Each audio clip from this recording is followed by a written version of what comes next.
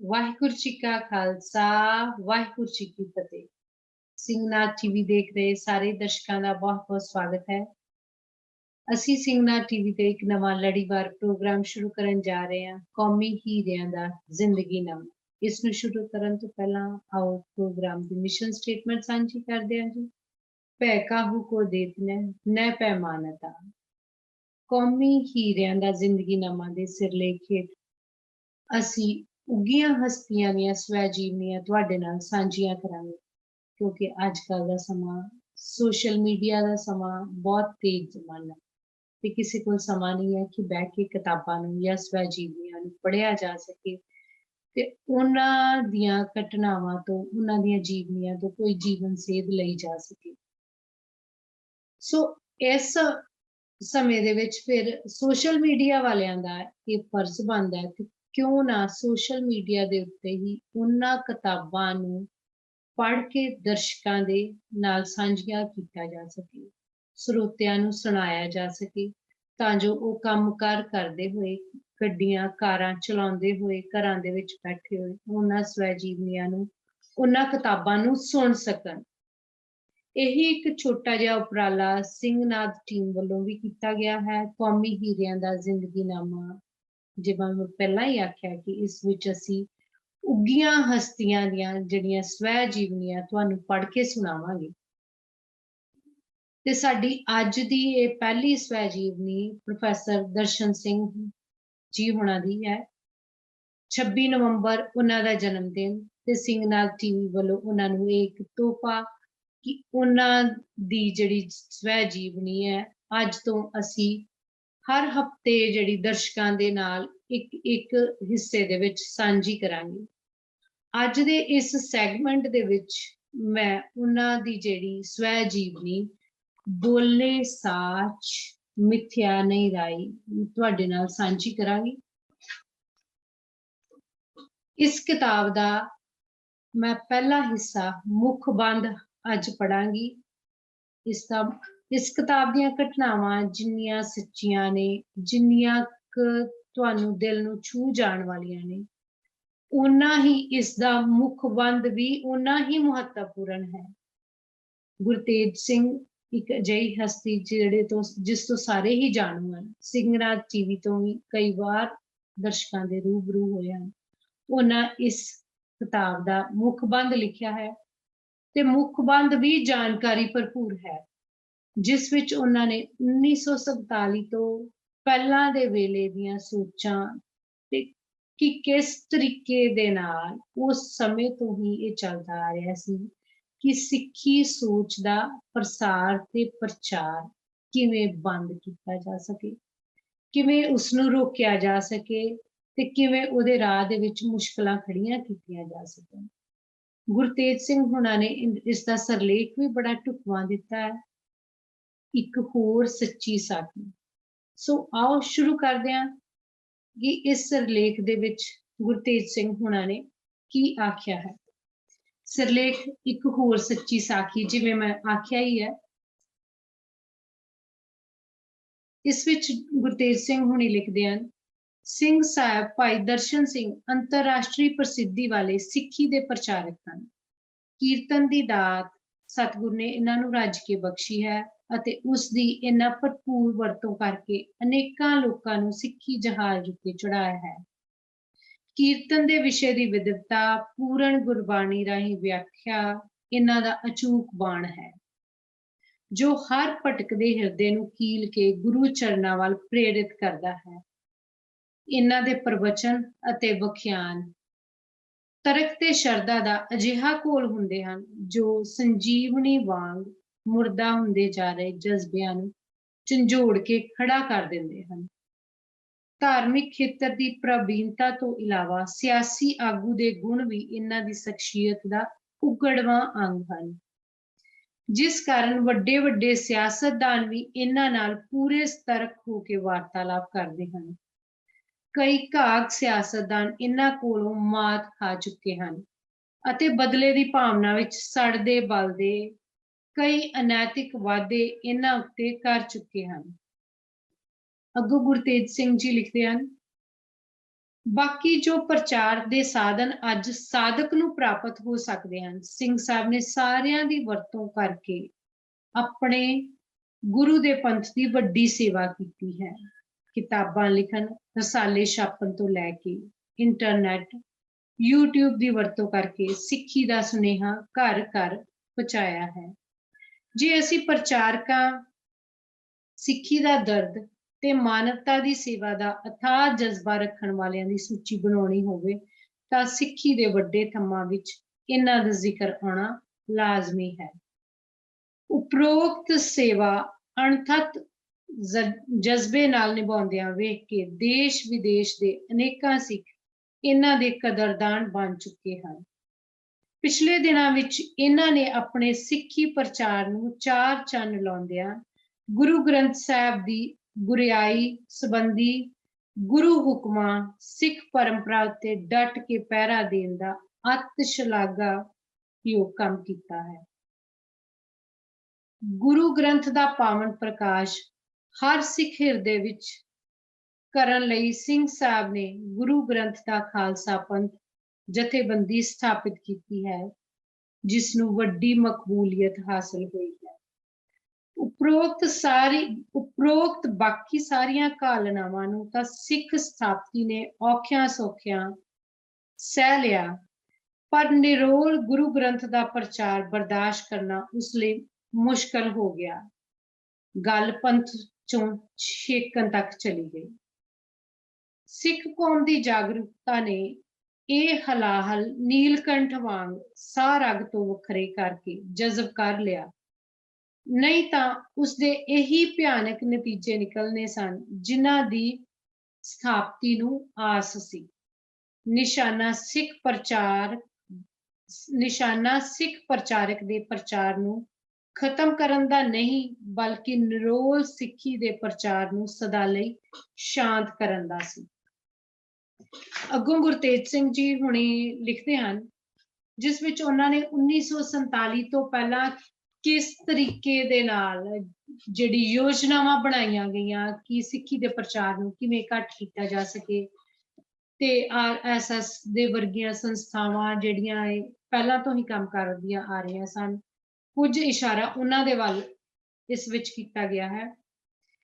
ਹਿੰਦ ਦੀ ਸਥਾਈ ਸੱਭਿਆਚਾਰਕ ਬਹੁਗਿਣਤੀ ਸਨਾਤਨ ਵਿਚਾਰਾਂ ਨੂੰ ਜੋ ਸਮਿਆਂ ਦੇ ਹਾਣ ਦੇ ਨਹੀਂ ਰਹੇ, ਉਵੇਂ ਹੀ ਗੱਲ ਲਾ ਕੇ ਵਿਚਰਨਾ ਚਾਹੁੰਦੀ ਹੈ ਜਿਵੇਂ ਕੋਈ ਬਾਂਦਰੀ ਆਪਣੇ ਮਰੇ ਬੱਚੇ ਤੋਂ ਵਿਛੜਨ ਨੂੰ ਦੁਖਦਾਈ ਜਾਣਦੀ ਹੈ। ਲੋਕਤੰਤਰ, ਆਧੁਨਿਕ ਸੰਵਿਧਾਨ, ਨਿਆਂ ਪ੍ਰਣਾਲੀ, ਖਿਆਲਾਂ ਦਾ ਆਜ਼ਾਦ ਪ੍ਰਗਟਾਵਾ ਤੇ ਸਮਾਜਿਕ ਸਮਤਾ ਉਸ ਲਈ ਸਤਰੰਗੇ ਬੁਰਕੇ ਹਨ, ਜਿਨ੍ਹਾਂ ਹੇਠ ਸਦੀਆਂ ਪੁਰਾਣੇ ਜਾਤ-ਪਾਤ, ਊਚ ਨੀਚ, ਵਰਣ ਵਿਵਸਥਾ, ਸੁੱਚ ਪਿੱਟ ਦੀ ਮਾਰੂ, ਅਣਮਨੁੱਖੀ ਲਹੂ ਪੀਣੀ ਵਿਚਾਰਧਾਰਾ ਪੁਰਾਤਨ ਵੇਗ ਨਾਲ ਵਗ ਰਹੀ ਹੈ। ਇਹ ਫੈਸਲਾ ਹਿੰਦ ਨੇ 20ਵੀਂ ਸਦੀ ਵਿੱਚ ਪੈਰ ਰੱਖਣ ਤੋਂ ਪਹਿਲਾਂ ਹੀ ਕਰ ਲਿਆ ਸੀ, ਜਦੋਂ ਇਸ ਦੇ ਕੰਨੀ ਭਵਿੱਖ ਵਿੱਚ ਅੰਗਰੇਜ਼ਾਂ ਦੀ ਗੁਲਾਮੀ ਤੋਂ ਆਜ਼ਾਦ ਹੋਣ ਦੀਆਂ ਕਨਸੋਆਂ ਪੈਣੀਆਂ ਸ਼ੁਰੂ ਹੋਈਆਂ ਸਨ। ਪਹਿਲਾਂ ਮਹਾਂਦੇਵ ਰਾਨਾਡੇ ਨੇ ਬੁੱਤਾਂ ਨੂੰ ਮੰਦਰਾਂ ਦੇ ਭਗਵਾਨ ਥਾਵੇਂ ਥਾਪ ਕੇ ਕੀਤੀ। ਉਸ ਦੀ 100 ਸਫ਼ੇ ਦੀ ਮਰਾਠਾ ਇਤਿਹਾਸ ਬਾਰੇ ਸਨ 1900 ਵਿੱਚ ਲਿਖੀ ਪੁਸਤਕ ਨੂੰ ਆਜ਼ਾਦ ਹੁੰਦਿਆਂ ਹੀ ਭਾਰਤ ਸਰਕਾਰ ਨੇ ਆਪਣੇ ਛਾਪੇਖਾਨੇ ਤੋਂ ਛਪਵਾ ਕੇ ਲੱਖਾਂ ਦੀ ਗਿਣਤੀ ਵਿੱਚ ਵੰਡਿਆ। ਦੂਜਾ ਵੱਡਾ ਹੰਭਲਾ ਇਸ ਪੱਖੋਂ ਰਵਿੰਦਰਨਾਥ ਠਾਕਰ, ਜੋ ਰਵਿੰਦਰਨਾਥ ਟੈਗੋਰ ਨੇ ਮਾਰਿਆ। ਇਸਨੂੰ ਅਹਿਮ ਜਿਹੀਆਂ ਰਚਨਾਵਾਂ ਬਾਰੇ ਨੋਬਲ ਇਨਾਮ ਦਵਾ ਕੇ ਅੰਗਰੇਜ਼ ਸਰਕਾਰ ਨੇ ਵੱਡੀਆਂ ਪੁਲਾਂਘਾਂ ਪੁੱਟਣ ਦੇ ਸਮਰੱਥ ਬਣਾਇਆ। ਬਦਲੇ ਵਿੱਚ ਹਿੰਦੁਸਤਾਨ ਦੇ ਅਸਲ ਆਜ਼ਾਦੀ ਸੰਗਰਾਮੀਆਂ, ਖਾਸ ਕਰਕੇ ਸਿੱਖਾਂ ਤੇ ਬੰਗਾਲੀ ਗਰਮ ਖਿਆਲੀਆਂ ਨੂੰ ਬਰਫ਼ ਨਾਲ ਢੱਕ ਕੇ ਰੱਖਣ ਦਾ ਯਕੀਨ ਦਿਵਾਇਆ। ਇਸਨੇ 1911 ਦੇ ਕਲਕੱਤੇ ਤੋਂ ਛਪਦੇ ਮਾਡਰਨ ਰਿਵਿਊ ਵਿੱਚ ਇੱਕ ਲੇਖ ਵਿੱਚ ਲਿਖਿਆ ਹੈ, ਜਿਸ ਨੂੰ ਸਥਾਈ ਸੱਭਿਆਚਾਰਕ ਬਹੁਗਿਣਤੀ ਨੇ ਸਿੱਖੀ ਨੂੰ ਆਪਣੀਆਂ ਕਦਰਾਂ ਕੀਮਤਾਂ ਅਨੁਸਾਰ ਢਾਲਣ ਦਾ ਮੰਤਰ ਬਣਾ ਲਿਆ। ਇਸ ਲੇਖ ਵਿੱਚ ਉਹ ਸਿੱਖੀ ਦੇ ਅਧਿਆਤਮਕ ਵਿਰਸੇ ਨੂੰ ਦਸ਼ਮੇਸ਼ ਦੇ ਖਾਲਸੇ ਨੂੰ ਅਤੇ ਗੁਰੂ ਗ੍ਰੰਥ ਸਾਹਿਬ ਦੀ ਗੁਰਿਆਈ ਨੂੰ ਨਕਾਰਦਾ ਹੈ। ਉਸ ਦੀ ਦਿਲੀ ਖਾਹਿਸ਼ ਹੈ ਕਿ ਸਿੱਖੀ ਦਾ ਜੁਝਾਰੂ ਖਾਸਾ ਮੰਨਫੀ ਹੋ ਜਾਵੇ ਤੇ ਦੇ ਗੁਰੂ ਗ੍ਰੰਥ ਸਾਹਿਬ ਦੀ ਥਾਵੇਂ ਗੁਰਗੱਦੀ ਤੇ ਬੈਠ ਜਾਣ। ਇਹਨਾਂ ਵਿਚਾਰਾਂ ਤੋਂ ਬਣੀ ਮਾਨਸਿਕਤਾ ਨੂੰ ਪ੍ਰਚਾਰਨ ਲਈ ਉਹ ਸਨ ਫਰਾਂਸਿਸਕੋ ਵੀ ਗਿਆ, ਜਿੱਥੇ ਉਸ ਵੇਲੇ ਗਦਰ ਲਹਿਰ ਬਾਲਪਨ ਦੀਆਂ ਦਹਲੀਜ਼ਾਂ ਲੰਘ ਕੇ ਜੋਬਨ ਵੱਲ ਤੇਜ਼ੀ ਨਾਲ ਵੱਧ ਰਹੀ ਸੀ। ਉੱਥੇ ਉਸ ਨਾਲ ਜੋ ਬੀਤਿਆ ਉਹ ਅੱਜ ਤੱਕ ਜਨਤਾ ਦੇ ਸਾਹਮਣੇ ਨਹੀਂ ਆਉਣ ਦਿੱਤਾ ਗਿਆ। ਬਾਅਦ ਵਿੱਚ ਮੋਹਨਦਾਸ ਕਰਮਚੰਦ ਗਾਂਧੀ ਕੋਲੋਂ ਅੰਗਰੇਜ਼ੀ ਸਰਕਾਰ ਸਾਮਰਾਜ ਦੀ ਸਦੀਵੀ ਗੁਲਾਮੀ ਦਾ ਲਿਖਤੀ ਆਦਨਾਮਾ ਲੈ ਕੇ ਅੰਗਰੇਜ਼ ਨੇ ਉਸ ਨੂੰ ਆਪਣੇ ਸਿੱਖੀ ਪ੍ਰਤੀ ਨਖਿੱਧ ਇਰਾਦੇ ਦਾ ਹਮਸਫਰ ਬਣਾ ਲਿਆ। ਕੁਝ ਸੰਕੇਤ ਮਿਲਦੇ ਹਨ ਕਿ ਅੰਗਰੇਜ਼ ਹਕੂਮਤ ਨੇ ਜਿਨ੍ਹਾਂ ਵਿਚਾਰਾਂ ਦੀ ਟੈਗੋਰ ਗਾਂਧੀ ਨੂੰ ਗੁੜਤੀ ਦਿੱਤੀ ਸੀ, ਉਹ ਇਸਨੇ ਪਹਿਲਾਂ ਹੀ ਘੜ ਸਵਾਰ ਲਏ ਸਨ ਅਤੇ ਕਿਸੇ ਹੱਦ ਤੱਕ ਲਾਗੂ ਵੀ ਕਰ ਲਏ ਸਨ। ਗਾਂਧੀ ਦਾ ਛਲੇਡਾ ਇੱਕ ਬੱਕਰੀ ਦੇ ਮੇਮਣੇ ਤੋਂ ਸ਼ੁਰੂ ਹੋਇਆ। ਦਸ਼ਮੇਸ਼ ਦੀ ਸ਼ਾਨ ਵਿਰੁੱਧ ਜ਼ਹਿਰ ਘੋਲਦਾ ਉਹ ਉਵੇਂ ਸਿੱਖੀ ਦਾ ਗਲ ਘੁੱਟੂ ਬਣਦਾ ਗਿਆ, ਜਿਵੇਂ 1947 ਨੇੜੇ ਆਉਂਦਾ ਗਿਆ। ਆਖਰ ਉਹ 1947 ਤੋਂ ਬਾਅਦ ਦੀਆਂ ਆਪਣੀਆਂ ਪ੍ਰਾਰਥਨਾ ਸਭਾਵਾਂ ਵਿੱਚ ਆਪਣੇ ਆਪ ਨੂੰ ਸਿੱਖੀ, ਗੁਰੂ ਗ੍ਰੰਥ ਤੇ ਖਾਲਸਾ ਰਹਿਤ ਦਾ ਵੱਡਾ ਦੁਸ਼ਮਣ ਸਾਬਤ ਕਰਨ ਉੱਤੇ ਤੁਲ ਗਿਆ। ਉਜੜੇ ਕਤਲੇਆਮ ਤੋਂ ਬਚ ਕੇ ਆਏ ਸਿੱਖਾਂ ਦੇ ਮਨੋਬਲ ਨੂੰ ਤੋੜਨ ਲਈ ਉਸਨੇ ਪ੍ਰਾਰਥਨਾ ਸਭਾਵਾਂ ਦੇ ਪ੍ਰਵਚਨਾਂ ਰਾਹੀਂ ਵੱਡੀ ਚੇਸ਼ਟਾ ਕੀਤੀ। ਪੰਜਾਬ ਦੀ ਵੰਡ ਰਾਹੀਂ ਉਹ ਪਹਿਲਾਂ ਹੀ ਸਿੱਖੀ ਨੂੰ ਅਦਵਾਟਿਓਂ ਪਾੜ ਚੁੱਕਿਆ ਸੀ। ਭਾਰਤੀ ਸੰਵਿਧਾਨ ਵਿੱਚ ਵੀ ਉਸ ਦੀ ਸਿੱਖੀ ਨੂੰ ਖਤਮ ਕਰ ਦੇਣ ਦੇ ਮਨਸੂਬੇ ਦਰਜ ਹੋ ਚੁੱਕੇ ਸਨ। ਸੋ ਇਹ ਹੈ ਗਾਂਧੀ ਤੇ ਟੈਗੋਰ ਤੇ ਤੀਸਰਾ ਜਿਹੜਾ ਮਹਾਦੇਵ ਰਾਨਾਡੇ ਦੇ ਬਾਰੇ ਜੋ ਗੁਰਤੇਜ ਸਿੰਘ ਹੋਣਾ ਨੇ ਲਿਖਿਆ ਕਿ ਕਿਵੇਂ ਆਜ਼ਾਦੀ ਤੋਂ ਪਹਿਲਾਂ ਹੀ ਜਿਹੜੇ ਮਨਸੂਬੇ ਸਿੱਖੀ ਨੂੰ ਖਤਮ ਕਰਨ ਦੇ ਉਹ ਬਣ ਚੁੱਕੇ ਸਨ। ਅੱਗੋਂ ਗੁਰਤੇਜ ਸਿੰਘ ਜੀ ਲਿਖਦੇ ਨੇ, ਗਾਂਧੀ ਦੀ ਅਚਾਨਕ ਮੌਤ ਤੋਂ ਬਾਅਦ ਹਕੂਮਤੇ ਹਿੰਦ ਕੋਲ ਕੇਵਲ ਜਵਾਹਰ ਲਾਲ ਨਹਿਰੂ ਤੇ ਵੱਲਭ ਭਾਈ ਪਟੇਲ ਰਹਿ ਗਏ, ਜੋ ਉਸਦੇ ਮਨਸੂਬਿਆਂ ਦੇ ਹਮਰਾਜ ਤੇ ਹਮਸਫਰ ਸਨ। ਜਵਾਹਰ ਲਾਲ ਆਪਣੀ ਲੋਕ ਪੱਖੀ ਦਿੱਖ ਨੂੰ ਮਹਿਫੂਜ਼ ਰੱਖਣ ਦਾ ਚਾਹਵਾਨ ਸੀ ਅਤੇ ਆਪਣੇ ਕਾਲੇ ਕਾਰਨਾਮਿਆਂ ਨੂੰ ਗ੍ਰਹਿ ਮੰਤਰੀ ਵੱਲਭ ਭਾਈ ਪਟੇਲ ਦੇ ਰਾਹੀਂ ਅੰਜਾਮ ਦਿੰਦਾ ਰਿਹਾ। ਪਟੇਲ ਨੇ ਸਿੱਖ ਦੀ ਹੋਣੀ ਨਾਲ ਕਈ ਕਰੂਰ ਮਖੌਲ ਕੀਤੇ, ਪਰ ਉਸਦਾ ਸਮਾਂ ਵੀ ਛੇਤੀ ਪੁੱਗ ਗਿਆ ਅਤੇ ਉਹ ਵੀ ਅਚਾਨਕ ਕਾਲ ਦਾ ਗਰਾਸ ਬਣ ਗਿਆ। ਉਸ ਦੀ ਅਤੇ ਸਥਾਈ ਬਹੁਗਿਣਤੀ ਦੀ ਮਾਨਸਿਕਤਾ ਦਾ ਅਸਲ ਵਾਰਸ ਬਣ ਕੇ ਆਖਰ ਇੰਦਰਾ ਗਾਂਧੀ ਉਭਰੀ। ਉਸ ਦੇ ਸਮੇਂ ਤੱਕ ਸਿੱਖੀ ਦਾ ਦਰਦ ਰੱਖਣ ਵਾਲੇ ਸਿੱਖ ਆਗੂ ਵੀ ਅਕਾਲ ਚਲਾਣਾ ਕਰਕੇ ਬੇਗੈਰਤ ਬੋਣਿਆਂ ਲਈ ਮੈਦਾਨ ਖਾਲੀ ਛੱਡ ਚੁੱਕੇ ਸਨ। ਸਿੱਖੀ ਦੇ ਬੋਣਿਆਂ ਅਤੇ ਜਨੂੰਨ ਨਾਲ ਅੰਨੇ ਹੋਇਆਂ ਦਾ ਆਪਸੀ ਗੱਠਜੋੜ ਹੋ ਗਿਆ। ਲੂਲਾ ਲੰਗੜਾ ਪੰਜਾਬੀ ਸੂਬਾ ਹੋਂਦ ਵਿੱਚ ਆ ਗਿਆ। ਜਾਪਦਾ ਹੈ ਕਿ ਦੋਨਾਂ ਵਿਚਾਲੇ ਇੱਕ ਦੂਜੇ ਨੂੰ ਸੱਤਾ ਵਿੱਚ ਰੱਖਣ ਦਾ ਅਣ-ਐਲਾਨਿਆ ਅਹਿਦਨਾਮਾ ਹੋ ਗਿਆ। ਇਸ ਅਹਿਦ ਅਨੁਸਾਰ ਅਕਾਲੀ ਆਗੂ ਨੇ ਸਿੱਖਾਂ ਨੂੰ ਗੁਲਾਮੀ ਵਿੱਚ ਜਕੜ ਕੇ ਰੱਖਣ ਦਾ ਕੰਮ ਕਰਨਾ ਹੈ ਅਤੇ ਬਦਲੇ ਵਿੱਚ ਇਹਨਾਂ ਨੂੰ ਚਾਰਾਂ ਪਾਸਿਆਂ ਤੋਂ ਛਾਂਗੀ ਸੱਤਾ ਦੇ ਪਰਛਾਵੇਂ ਖੁੱਲ੍ਹ ਕੇ ਸੱਤਾ ਦੀਆਂ ਸਹੂਲਤਾਂ ਮਾਣਨ ਦਾ ਮੁਕੰਮਲ ਅਧਿਕਾਰ ਮੁਹੱਈਆ ਕੀਤਾ ਜਾਣਾ ਹੈ। ਇਹਨਾਂ ਲੀਹਾਂ ਉੱਤੇ ਸਿੱਖ ਰਾਜਨੀਤੀ ਨੂੰ ਕਈ ਦਹਾਕਿਆਂ ਤੋਂ ਢਾਲ ਲਿਆ ਗਿਆ ਹੈ। ਅਕਾਲੀ ਆਗੂਆਂ ਨੇ ਮੋਰਚੇ ਲਾਏ, ਸੰਵਿਧਾਨ ਪਾੜੇ, ਚੋਣ ਬਾਈਕਾਟ ਕੀਤੇ, ਫੌਜੀਆਂ ਨੂੰ ਬਗਾਵਤ ਕਰਨ ਲਈ ਵੰਗਾਰਿਆ, ਧਰਨੇ ਦਿੱਤੇ, ਖਾੜਕੂ ਸਿੰਘ ਦੇ ਭੋਗ ਉੱਤੇ ਉਹਨਾਂ ਦਾ ਗੁਣਗਾਨ ਕੀਤਾ, ਪਰੰਤੂ ਰਾਹਤ ਮਿਲਦਿਆਂ ਹੀ 6-7% ਵੋਟਾਂ ਰਾਹੀਂ ਚੁਣੇ ਕਾਂਗਰਸੀ ਬੇਅੰਤ ਸਿੰਘ ਨੂੰ ਪੂਰੇ 5 ਸਾਲ ਲਈ ਬਿਨਾਂ ਹੀਲ ਹੁੱਜਤ ਸੱਤਾ ਸੌਂਪ ਦਿੱਤੀ। ਕਾਂਗਰਸੀਆਂ ਨੇ ਜੇਲਾਂ ਮੁਕੱਦਮਿਆਂ ਦੇ ਨਾਟਕ ਖਿਡਾਏ, ਪਰ ਇਹਨਾਂ ਦੇ ਰਾਹ ਵਿੱਚ ਆਉਣ ਵਾਲਿਆਂ ਨੂੰ ਝੂਠੇ ਪੁਲਿਸ ਮੁਕਾਬਲਿਆਂ, ਕਤਲੇਆਮ ਰਾਹੀਂ ਮਾਰ ਮੁਕਾਇਆ। ਅੰਤ ਨੂੰ ਦਰਬਾਰ ਸਾਹਿਬ ਨੂੰ ਗੋਲੀਆਂ ਨਾਲ ਵਿੰਨ ਕੇ, ਅਕਾਲ ਤਖ਼ਤ ਨੂੰ ਢਾਹ ਕੇ, ਲੋਕਾਂ ਦੇ ਅਸਲ ਆਗੂਆਂ ਨੂੰ ਖਤਮ ਕਰਕੇ ਸਿਆਸੀ ਸੱਤਾ ਫਿਰ ਚੋਣਵੇਂ ਅਕਾਲੀ ਆਗੂਆਂ ਨੂੰ ਸੌਂਪ ਦਿੱਤੀ ਗਈ। ਸੋ ਅੱਗੋਂ ਲਿਖਦੇ ਨੇ, ਜਦੋਂ ਪਹਿਲਵਾਨਾਂ ਤੇ ਪੱਠਿਆਂ ਦੀਆਂ ਕਸਰਤੀ ਕੁਸ਼ਤੀਆਂ ਤੇ ਲੋਕਾਈ ਨੂੰ ਛਲਣ ਵਾਲੇ ਮਹਾਭਾਰਤ ਦਾ ਨੁਮਾਇਸ਼ੀ ਨਾਟਕ ਚੱਲ ਰਿਹਾ ਸੀ, ਤਾਂ ਸਤਿਗੁਰ ਨੇ ਅਪਾਰ ਕਿਰਪਾ ਕਰਕੇ ਸਿੰਘ ਸਾਹਿਬ ਦਰਸ਼ਨ ਸਿੰਘ ਨੂੰ ਅਗਲੀਆਂ ਕੁਰਸੀਆਂ ਉੱਤੇ ਬੈਠ ਕੇ ਜਗਤ ਤਮਾਸ਼ਾ ਵੇਖਣ ਦਾ ਮੌਕਾ ਬਖਸ਼ਿਆ। ਉਹਨਾਂ ਨੇ ਅਸਲ ਗੁਰਸਿੱਖਾਂ ਦੇ ਘਾਣ ਹੁੰਦੇ ਵੇਖੇ। ਸਿਦਕ ਨੂੰ ਤੇਗਾਂ ਦੀਆਂ ਧਾਰਾਂ ਉੱਤੇ ਪਰਖਿਆ ਜਾਂਦਾ ਤੇ ਕੁਫਰ ਨੂੰ ਮਨੁੱਖੀ ਲਹੂ ਦੇ ਖੱਪਰ ਹੱਥ ਲੈ ਕੇ ਬੋੜਾ ਹੋ ਕੇ ਨੱਚਦੇ ਵੇਖਿਆ। ਆਮ ਅਵੇਸਲੇ ਲੋਕਾਂ ਵਾਂਗ ਇਹਨਾਂ ਨੇ ਇਸ ਦੇਵਨੈਤ ਨਾਲ ਮਿਲੇ ਮੌਕੇ ਨੂੰ ਗਾਫਲ ਹੋ ਕੇ ਨਹੀਂ ਵਿਸਾਰਿਆ। ਇਹਨਾਂ ਨੇ ਕਿਸੇ ਹੰਢੇ ਹੋਏ ਇਤਿਹਾਸਕਾਰ ਵਾਂਗ ਹਰ ਵਾਪਰਦੀ ਘਟਨਾ ਦੇ ਵੇਰਵਿਆਂ ਨੂੰ ਸਬੂਤਾਂ ਸਹਿਤ ਸੰਭਾਲ ਲਿਆ। ਸਮਾਂ ਪੈਣ ਉੱਤੇ ਇਹਨਾਂ ਨੇ ਤਰਦੀਪ ਦੇ ਕੇ ਉਸ ਗਾਥਾ ਨੂੰ ਇੱਕ ਰੋਚਕ ਬੋਲੀ ਵਿੱਚ ਪਰੋ ਕੇ ਇੱਕ ਹੋਰ ਸੱਚੀ ਸਾਖੀ ਦਾ ਨਿਰਮਾਣ ਕੀਤਾ। ਇਹ ਕਹਾਣੀ ਅੱਖਰ ਅੱਖਰ ਸੱਚੀ ਵੀ ਹੈ, ਰਹੱਸਮਈ ਵੀ ਤੇ ਰੌਂਗਟੇ ਖੜੇ ਕਰਨ ਵਾਲੀ ਵੀ। ਸਿੱਖ ਹੋਣ ਦੀ ਥਾਂ ਪਾਉਣ ਦੇ ਚਾਹਵਾਨ ਜਦੋਂ ਇਸ ਨੂੰ ਪੜ੍ਹਨਗੇ ਤਾਂ ਜਿੱਥੇ ਨਾਦਾਨੀਆਂ ਉੱਤੇ ਹੈਰਾਨ ਹੋਣਗੇ ਤੇ ਕਾਬੇ ਤੋਂ ਉੱਠਦਾ ਕੁਫਰ ਵੇਖ ਸਫੈਦ ਪੋਸ਼ਾਂ ਦੇ ਲਹੂ ਨਾਲ ਲਿਬੜੇ ਤਿਬੜੇ ਚੋਗੇ ਨੂੰ ਵੇਖ ਕੇ ਖੂਨ ਦੇ ਹੰਝੂ ਵੀ ਵਹਾਉਣਗੇ।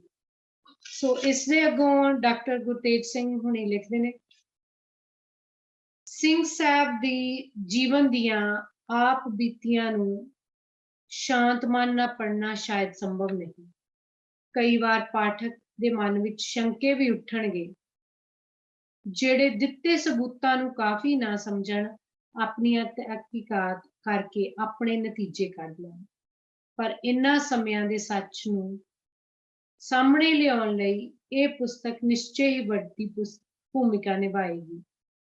ਸਿੱਖ ਧਰਮ ਅਤੇ ਸਿਆਸਤ ਦੇ ਮਸਲਿਆਂ ਨਾਲ ਸੰਬੰਧਿਤ ਹਰ ਸ਼ਖਸ ਲਈ ਇਸ ਪੁਸਤਕ ਦਾ ਗੰਭੀਰ ਮੁਤਾਲਿਆ ਤੇ ਚੀਰ-ਫਾੜ ਕਰਨਾ ਜ਼ਰੂਰੀ ਹੈ, ਤਾਂ ਕਿ ਅਗਾਂਹ ਨੂੰ ਕਈ ਅਣਹੋਣੀਆਂ ਵਾਪਰਨ ਤੋਂ ਬਚਾਈਆਂ ਜਾ ਸਕਣ।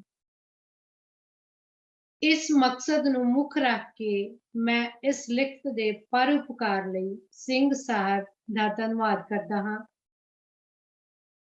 ਹਰ ਪਾਠਕ ਨੂੰ ਬੇਨਤੀ ਕਰਦਾ ਹਾਂ ਕਿ ਉਹ ਇਸ ਕਿਤਾਬ ਨੂੰ ਪੜ੍ਹੇ ਤੇ ਇਸ ਤੋਂ ਆਉਂਦੇ ਭਵਿੱਖ ਲਈ ਕੁਝ ਹਾਸਲ ਕਰੇ, ਤਾਂ ਕਿ ਸੰਭਾਵੀ ਖਤਰਿਆਂ ਦੀ ਉਹਨਾਂ ਦੇ ਉੱਗਣ ਤੋਂ ਪਹਿਲਾਂ ਹੀ ਜੜ ਵੱਢੀ ਜਾ ਸਕੇ। ਗੁਰਤੇਜ ਸਿੰਘ, 742 ਸੈਕਟਰ 8 ਚੰਡੀਗੜ੍ਹ। ਸੋ ਇਹ ਸੀ ਗੁਰਤੇਜ ਸਿੰਘ ਹੁਣਾਂ ਨੇ ਜਿਹੜਾ ਸਿੰਘ ਸਾਹਿਬ ਦੀ ਬੁੱਕ ਬੋਲੇ ਸਾਚ ਮਿੱਥਿਆ ਨਹੀਂ ਰਾਈ ਦਾ ਮੁੱਖਬੰਧ ਲਿਖਿਆ। ਇਹ ਮੁੱਖਬੰਧ 3 ਫਰਵਰੀ 2014 ਨੂੰ ਲਿਖਿਆ ਗਿਆ। ਅੱਜ ਦੇ ਸੈਗਮੈਂਟ ਦੇ ਵਿੱਚ ਇੰਨਾ ਹੀ। ਆਉਣ ਵਾਲੇ ਸਮੇਂ ਦੇ ਵਿੱਚ ਅਸੀਂ ਇਸ ਸਵੈ ਜੀਵਨੀ ਵਿਚਲੀਆਂ ਸਾਰੀਆਂ ਘਟਨਾਵਾਂ ਨੂੰ ਇਨ-ਬਿਨ ਪੜ੍ਹ ਕੇ ਸੁਣਾਵਾਂਗੇ ਅਤੇ ਲੋੜ ਅਨੁਸਾਰ ਇਸ ਪੁਸਤਕ ਵਿਚਲੀਆਂ ਜਿੰਨੀਆਂ ਵੀ ਤਸਵੀਰਾਂ ਹਨ ਉਹ ਤੁਹਾਡੇ ਨਾਲ ਸਾਂਝੀਆਂ ਕਰਾਂਗੇ। ਉਹਨਾਂ ਘਟਨਾਵਾਂ ਨੂੰ ਤੁਹਾਡੇ ਨਾਲ ਸਾਂਝਾ ਕਰਾਂਗੇ ਜਿਹੜੀਆਂ ਸਿੰਘ ਸਾਹਿਬ ਨੇ ਔਖੇ ਸਮੇਂ ਦੇ ਵਿੱਚ, ਜਦੋਂ ਭੀੜ ਪਈ ਹੋਈ ਸੀ, ਉਦੋਂ ਆਪਣੇ ਪਿੰਡੇ ਉੱਤੇ ਹੰਢਾਇਆ ਤੇ ਇੱਕ ਅਡੋਲ ਖੜੇ ਰਹੇ ਸਿੱਖੀ ਤੇ ਗੁਰੂ ਦੇ ਪ੍ਰਚਾਰ ਲਈ। ਤੇ ਅੱਜ ਵੀ ਉਹ ਉਸੇ ਤਰੀਕੇ ਦੇ ਨਾਲ ਖੜੇ ਹਨ ਉਮਰ ਦੇ ਇਸ ਪੜਾਅ ਦੇ ਉੱਤੇ ਵੀ ਉਹਨਾਂ ਦੀ ਪੂਰੀ ਕੋਸ਼ਿਸ਼ ਹੈ ਕਿ ਕਿਵੇਂ ਗੁਰੂ ਦਾ ਪ੍ਰਚਾਰ, ਗੁਰੂ ਸ਼ਬਦ ਦਾ ਪ੍ਰਚਾਰ ਕੀਤਾ ਜਾ ਸਕੇ। ਉਮਰ ਦੇ ਇਸ ਪੜਾਅ ਦੇ ਵਿੱਚ ਵੀ ਸਿੰਘ ਸਾਹਿਬ ਪ੍ਰਚਾਰ ਦੇ ਲਈ, ਪ੍ਰਚਾਰ ਵਾਸਤੇ ਜੋ ਵੀ ਸਾਧਨ ਵਰਤੇ ਜਾ ਸਕਦੇ ਹਨ, ਭਾਵੇਂ ਉਹ ਇੰਟਰਨੈਟ ਦਾ ਹੈ ਤੇ ਭਾਵੇਂ ਸੋਸ਼ਲ ਮੀਡੀਆ ਦਾ, ਭਾਵੇਂ YouTube ਹੋਵੇ ਤੇ ਭਾਵੇਂ ਫੇਸਬੁੱਕ, ਉਹ ਸਰਗਰਮ ਰਹੇ ਹਨ ਤੇ ਅੱਗੋਂ ਵੀ ਸਰਗਰਮ ਹੀ ਰਹਿਣਗੇ। ਵਾਹਿਗੁਰੂ ਉਹਨਾਂ ਨੂੰ ਤੰਦਰੁਸਤੀ ਬਖਸ਼ੇ ਤੇ ਸਾਨੂੰ ਪੰਥ ਨੂੰ ਸੇਧ ਦੇਣ ਦੇ ਵਾਸਤੇ ਅਜਿਹੇ ਜਿਹੜੇ ਉੱਗੇ ਸ਼ਖਸ ਹਨ ਉਹ ਤੰਦਰੁਸਤ ਰਹਿਣ। ਸਾਡੀ ਇਹੀ ਅਰਦਾਸ ਹੈ ਉਸ ਅਕਾਲ ਪੁਰਖ ਦੇ ਅੱਗੇ। ਅਸੀਂ ਆਉਣ ਵਾਲੇ ਸਮੇਂ ਦੇ ਵਿੱਚ ਇਸ ਪੁਸਤਕ ਦੇ ਬਾਕੀ ਹਿੱਸੇ ਤੁਹਾਡੇ ਨਾਲ ਪੜ੍ਹ ਕੇ ਸਾਂਝੇ ਕਰਾਂਗੇ। ਅੱਜ ਲਈ ਇੰਨਾ ਹੀ, ਦਿਓ ਇਜਾਜ਼ਤ। ਰੱਬ ਰਾਖਾ ਸਾਰਿਆਂ ਦਾ। ਵਾਹਿਗੁਰੂ ਜੀ ਕਾ ਖਾਲਸਾ, ਵਾਹਿਗੁਰੂ ਜੀ ਕੀ ਫਤਿਹ।